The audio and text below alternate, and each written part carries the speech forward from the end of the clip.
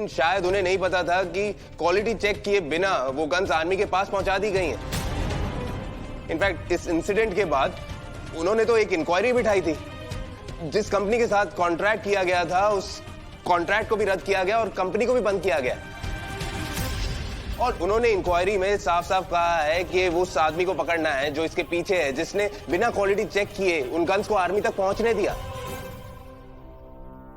मां, गलती हुई है, लेकिन जो कुछ भी हुआ है डिफेंस मिनिस्टर ने जानबूझ के नहीं किया है। उन्होंने करप्शन नहीं किया है। उन्होंने जानबूझकर जवानों को मरने के लिए वो गन्स नहीं भेजी हैं। वो बेकसूर है मां। बकवास बंद करो सूरज। हाँ? छोड़ो मुझे, तुम सब के सब गलत बोल रहे हो। प्लीज मां, शांत हो जाओ मां। छोड़ो मुझे। बेकसूर कैसे कहा उसको तुमने? कातिल है वो, मेरे बेटे का कातिल है वो, मेरे पति की मौत का कारण है वो, मेरी जिंदगी बर्बाद कर दी उसने। माँ शांत हो जाइए माँ, प्लीज माँ प्लीज शांत हो जाइए माँ, हमारी बात सुनिए माँ प्लीज। राक्षस है वो, राक्षस। उसे बेकसूर कैसे बोला तुमने? माँ हत्यारा है वो, मेरे बेटे का हत्यारा है वो। नहीं, शांत हो जाइए माँ प्लीज, माँ शांत हो जाइए माँ प्लीज। बेकसूर नहीं है वो, बेकसूर नहीं है वो।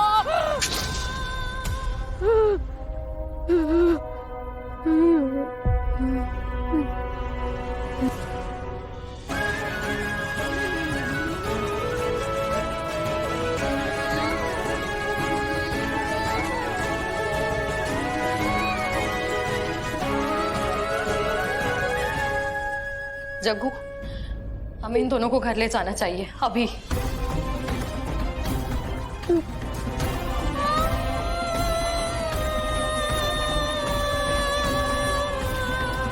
एक बार फिर से सोच लो जागृति।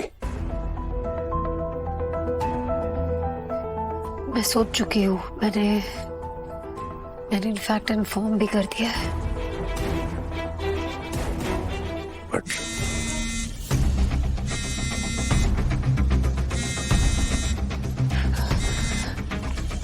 जी समोसा,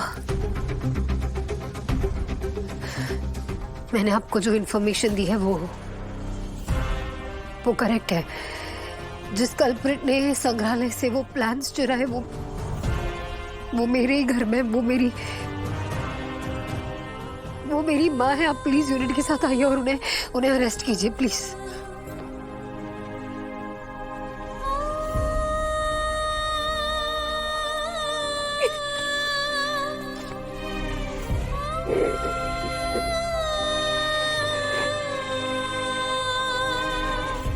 जागृति,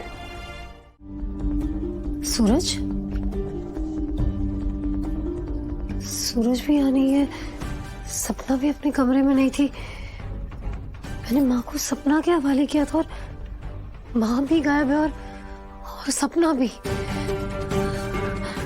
नहीं।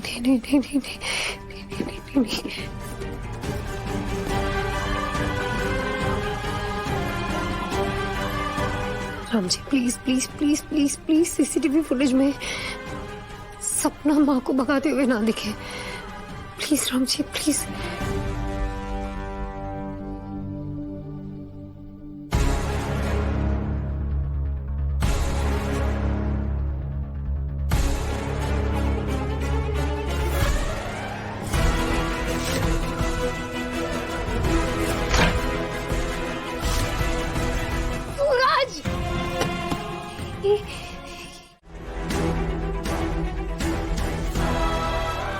जागृति,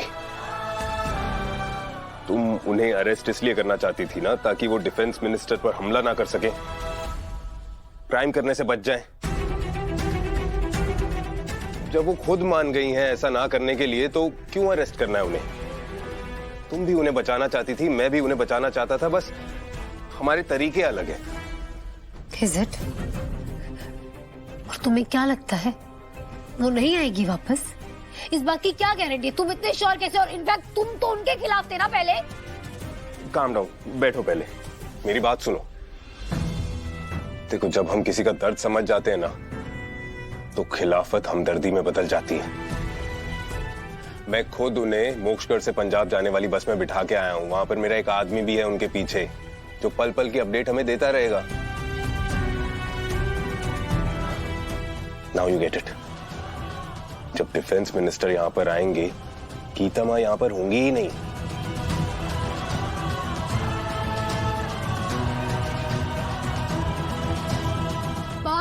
बार बार मेरे काम के बीच में कैसे आ जाते हो तुम सूरज? सूरज, वो मेरी माँ है, मैं उन्हें तुमसे बेहतर जानती हूँ। उन्होंने एक बार कसम खा ली कि वो रक्षा मंत्री को जान से मार देंगी, तो वो जरूर आएगी।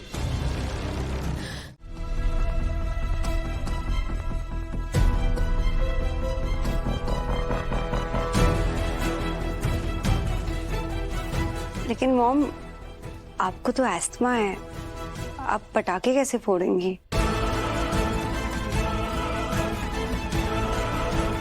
हर दिवाली पे तो आप लॉक्ड इन रहती है रूम में स्मोक से बचने के लिए। तू इतनी बड़ी बात कैसे भूल गई कालिंदी? ये कोई भूलने वाली बात तो नहीं थी वैसे। आर यू, क्या आप सच में मेरी? कुछ कर, जल्दी कुछ कर, वरना तेरी पोल खोल देगी ये जोजो की बच्ची। बस ई उसको पिलाती रहना और सुधा की एक्टिंग करती रहना। अब जोजो बेटा, मैं तो आत्मा हूँ ना, और मैं तो दूसरी दुनिया में आ गई हूँ।